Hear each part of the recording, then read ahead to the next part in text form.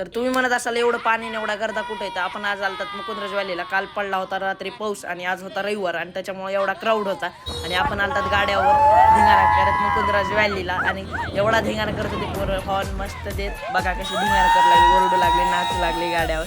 आणि आपण आलतात आज मुकुंदराज व्हॅलीला. तर पहिले आपण नागनाथाचं दर्शन घेतलं. नागनाथाचं दर्शन किशा आम्ही सगळ्यांना घेतलं आणि मग आपली गँग निघाली मागच्या साईडला, बॅक साईडला वॉटरफॉल कर.